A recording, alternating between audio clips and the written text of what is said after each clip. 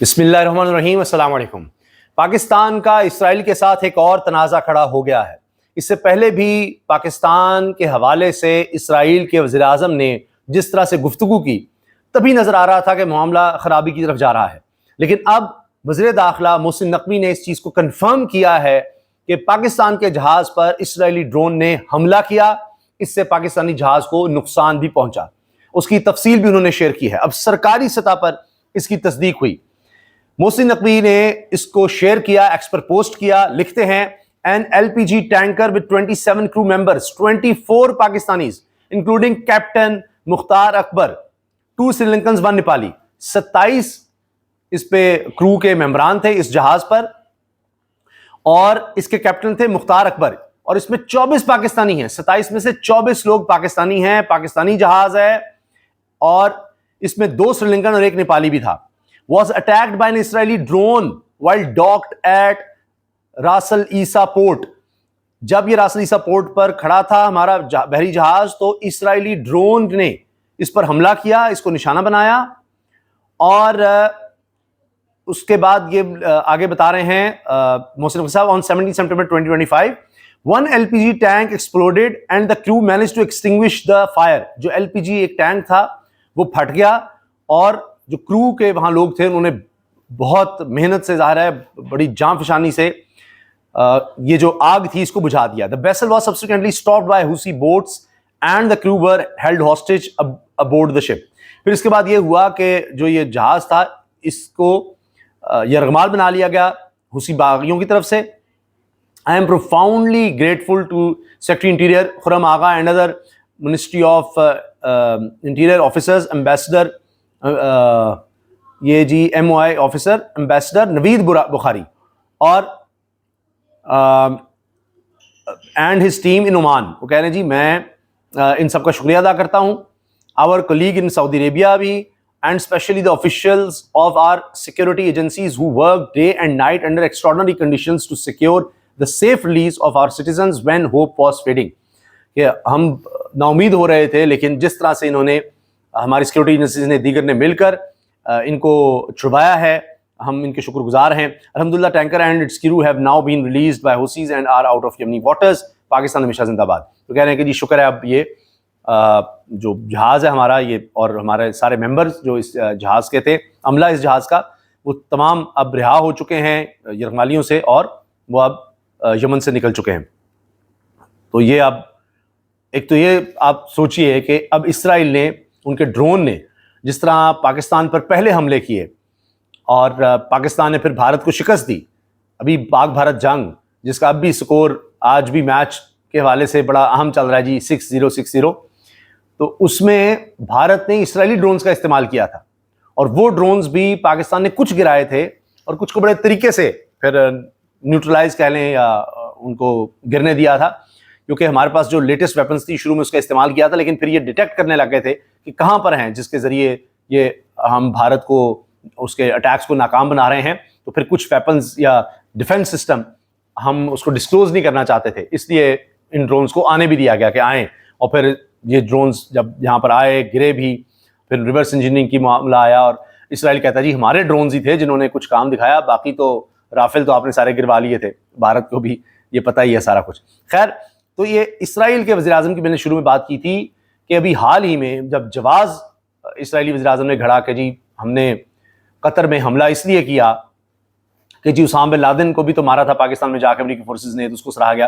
تو 2 دفعہ اس تناظر میں اسرائیلی وزیر اعظم نے پاکستان کا ذکر کیا، نتنیاہو نے۔ تو پاکستان کی فورسز کا، پاکستان کا، دنیا کی واحد اسلامی ایٹمی قوت کا خوف تو ہے، ڈر تو ہے۔ اب آپ یہ دیکھیں، یہ باتیں بھی ہو رہی ہیں کہ ٹرمپ سے شہباز شریف کی ملاقات ہوئی ہے، فیلڈ مارشل کی ملاقات ہوئی ہے، ٹرمپ اس میں بڑے خوشگوار موڈ میں نظر آ رہے ہیں۔ تو اب ہر کوئی اپنا فائدہ دیکھ رہا ہوتا ہے۔ پاکستان کی طرف سے کوشش ہے کہ جی امریکہ کی انویسٹمنٹ کروائی جائے یہاں پر، منرلز میں، ان کی کمپنیز کی، آئل گیس میں، یہ چیزیں۔ تو امریکہ بدلے میں کیا چاہ رہا ہے؟ تو چیزیں تو سامنے آئیں گی۔ ابھی حال ہی میں یہ بھی بات سامنے آئی ہے کہ امریکی بحری جہاز، جنگی بحری جہاز، وہ پاکستان کی سرحد تک آیا، یعنی بندرگاہ پر، اور پھر پاکستان کے جو آفیسرز ہیں، نیوی آفیسرز، ان سے ملاقات بھی ہوئی۔ یہ ہوتا رہتا ہے، جوائنٹ ایکسرسائز بھی ہوتی ہیں، یہ سب چلتا ہے۔ تو دفاعی تعلقات بھی ہیں، اور تجارت کے لحاظ سے اگر آپ دیکھیں تو پاکستان کا آج بھی سب سے بڑا پارٹنر ایکسپورٹ کے لحاظ سے، پاکستان کی سب سے زیادہ ایکسپورٹس امریکہ کو ہیں. اب ٹرمپ نے بہت کچھ چینج کیا، لیکن اس میں آہستہ آہستہ آگے پتہ لگے گا کتنی ابھی بھی ایکسپورٹس ہو رہی ہیں. لیکن اب ٹرمپ کی ساری توجہ، وہ چاہتا ہے جی مجھے نوبل پرائز مل جائے، نوبل پرائز مل جائے. اس کے لیے فلسطین کا مسئلہ حل کرانا لازمی ہے. اب اس میں کیا ہے؟ اس میں یہ ہے کہ العربیہ انگلش نے، جو مانا ہوا جریدہ ہے، نیوز آؤٹ لیٹ ہے، اس نے غزہ کے حوالے سے خبر دی ہے کہ details of Trump's 21 point peace plan for Gaza revealed, کہ 21 نکاتی جو پلان ہے ٹرمپ کا وہ سامنے آ گیا ہے. اب اس میں اور بہت سی باتیں ہیں کہ جی وہ اب اسرائیل وزیر اعظم کے ساتھ بھی آگے بڑھنا چاہتا ہے، اور نیو یارک میں اس نے سینئر عرب اور مسلم نیشن سے، جن میں شہباز شریف بھی تھے، ان سے ملاقات کی ہے، اور اس کی خبر بھی ہے. اور اسی میں ہی شروع میں جو ملاقات ہوئی تھی، جس میں آپ کو یاد ہو تو ویڈیو میں شہباز شریف اور اسحاق ڈار نظر آئے تھے، وہ یہی تھی. اس میں طیب اردوان بھی تھے، دیگر اسلامی ممالک، عرب ممالک تھے. اور پھر پاکستان کی اہمیت کا اندازہ لگائے کہ جو ممالک یہاں پر تھے، کچھ 57 اسلامی ممالک ہیں، سارے یہاں پر نہیں تھے، جو تھے ان میں پاکستان بھی، شہباز شریف بھی تھے. اس کے بعد پھر وہاں نظر آیا کہ جی کوئی ملاقات کا کہا گیا ہے، تو پھر نظر یہی آ رہا تھا باڈی لینگویج سے، اس پہ ہم نے پوری ویڈیو بھی کی تھی کہ کوئی میٹنگ وغیرہ مل جائے. اور اس کے بعد پھر فیلڈ مارشل اور شہباز شریف کی ٹرمپ سے ملاقات ہوئی، اس کی تصاویر بھی آ چکی ہیں. خیر، اب بات یہ ہے کہ یہ جو مسلم ممالک سے ملاقات ہوئی ٹرمپ کی، اس کے بارے میں بھی یہ العربیہ لکھتا ہے. ایک تو سیز فائر کی بات ہو رہی ہے کہ فوری طور پر کیا جائے، ہاسٹیجز کی رہائی، جو یرغمالی ہیں ان کی رہائی. اور اس میں جو آفیشلز بتا رہے ہیں وہ ہے کہ set plan will be difficult to reject even its sequencing of humanitarian relief, political concessions and security guarantees, کہ یہ پلان کہیں نہ کہیں جا کر لگتا ہے قابل عمل ہو جائے گا. کی پروویژنز آف دا پلان، اس میں بنیادی نکات یہ ہیں: این امیڈیٹ اینڈ ٹو ہاسٹیلیٹیز ان غزہ، فوری طور پر غزہ میں یہ بمباری، قتل و غارت گری، یہ سب بند ہو. The unconditional release of all hostages, جتنے بھی لوگ ہیں جو حماس کے پاس ہیں ان کو بھی رہا کیا جائے، اور زیادہ تر پھر اسرائیلیوں کے پاس جو پرزنرز ہیں فلسطینیوں کو بھی رہا کیا جائے. The release of thousands of Palestinian prisoners including between 100 and 200 serving harsh sentences، کہ جتنے بھی فلسطینی ہیں جو اسرائیل کے پاس ہیں ان سب کو بھی رہا کیا جائے، جن میں 100 سے 200 ایسے ہیں جن کو بہت زیادہ خطرناک سزائیں دی ہوئی ہیں، ان سب کو بھی رہا کیا جائے. یعنی دونوں سائڈ سے سب رہائیاں. The unhindered entry of humanitarian aid delivered by international organizations and the UN، تو جو یہ انسانی ہمدردی کی بنیاد پر جو کچھ جاری امداد، اس سب کو جانے دیا جائے، خوراک وغیرہ سب وہ نہیں روکی جائے گی. The plan also calls for closure of Gaza Humanitarian Foundation and the collection of Hamas weapons by an international Arab force within a time-bound framework. In exchange, Hamas members would be pardoned if they agree to disarm and leave Gaza.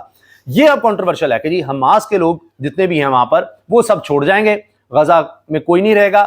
مگر اب جب Hamas کا وہاں control ہے، لوگوں نے ان کو vote دیے تھے، اب وہ حماس اگر نکل جاتا ہے تو اس سے آگے کیا پلان ہے؟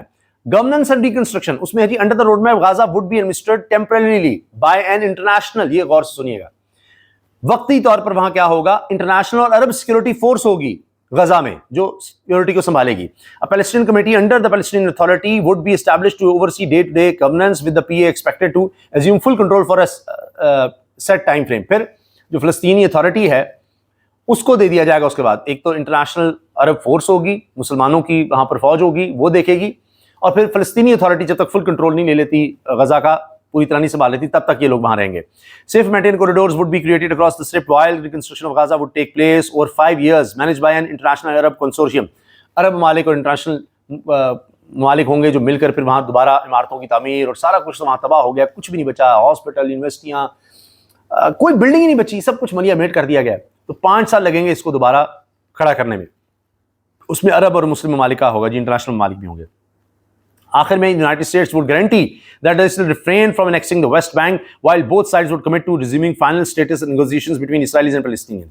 تو امریکہ اس چیز کو گارنٹی کرے گا کہ جو مغربی کنارہ ہے اس پر اسرائیل قبضہ نہیں کرے گا، اور پھر ان کے مذاکرات جاری رہیں گے. وہی 2 state solution کی بات ہوتی ہے کہ جی فلسطین کی بھی ریاست تسلیم کی جائے، اور یہ سب پھر وہ آگے دیکھا جائے گا.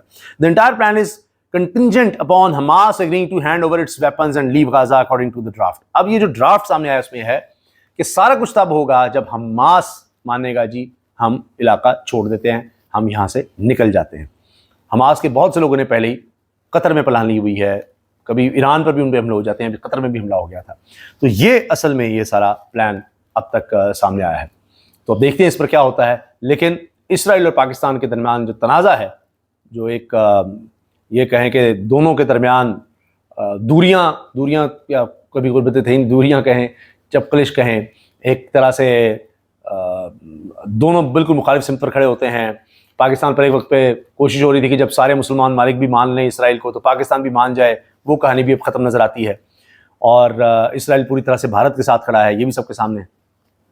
تو یہ اب خاص طور پہ یہ محسن نقوی کا مینشن کرنا کہ ڈرون، یہ اسرائیلی ڈرون تھا جس نے یہ حملہ کیا ہے، تو اس سے بھی اندازہ لگائیے کہ اب یہ جو دونوں کے درمیان کشیدگی ہے یہ اب زیادہ پہلے سے بڑھ رہی ہے. اور باقی اب دیکھتے ہیں کہ انٹرنیشنل فورس، عرب فورس، اب سعودی عرب اور پاکستان کا معاہدہ ہو گیا، کسی ایک ملک پر حملہ، دونوں ممالک پر حملہ تصور ہوگا، تو یہ بھی آپ دیکھتے ہیں کہ آنے والے دنوں میں کیا ہوتا ہے.